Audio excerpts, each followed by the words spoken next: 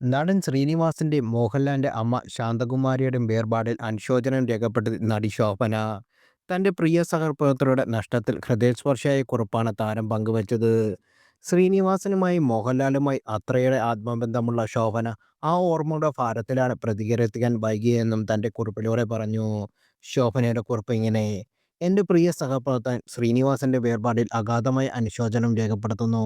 ദുഃഖം എന്നത് തികച്ചും വ്യക്തിപരമായ ഒന്നായതുകൊണ്ടാണ് ഇത് പരസ്യപ്പെടുത്താൻ പങ്കെടുക്കാനും എനിക്ക് കുറച്ച് സമയമെടുത്തത്. അദ്ദേഹത്തിൻ്റെ കുടുംബത്തിനും കലാലോകത്തിനും നഷ്ടമായത് ബഹുമുഖ പ്രതിഭയായ ഒരു കലാകാരനെ മാത്രമല്ല, അതിലുപരി തികഞ്ഞൊരു മനുഷ്യസ്നേഹിയെ കൂടിയാണ്. പ്രിയപ്പെട്ട ശ്രീനിവാസൻ ചേട്ടന് ആദരാഞ്ജലികൾ. താങ്കളുടെ അനശ്വരമായ സൃഷ്ടിയിലൂടെ താങ്കൾ എന്നും ഓർമ്മിക്കപ്പെടും. അതോടൊപ്പം തന്നെ ശ്രീ മോഹൻലാലിൻ്റെ പ്രിയ മാതാവ് ശ്രീമതി ശാന്തകുമാരിയുടെ വിയോഗത്തിൽ അദ്ദേഹത്തിനും കുടുംബത്തിനും ഇപ്പോൾ എൻ്റെ ഹൃദയം നിറഞ്ഞ അനുശോചനവും ഈ അവസരത്തിൽ അറിയിക്കുന്നു എന്ന് ശോഭന കുറിച്ചു.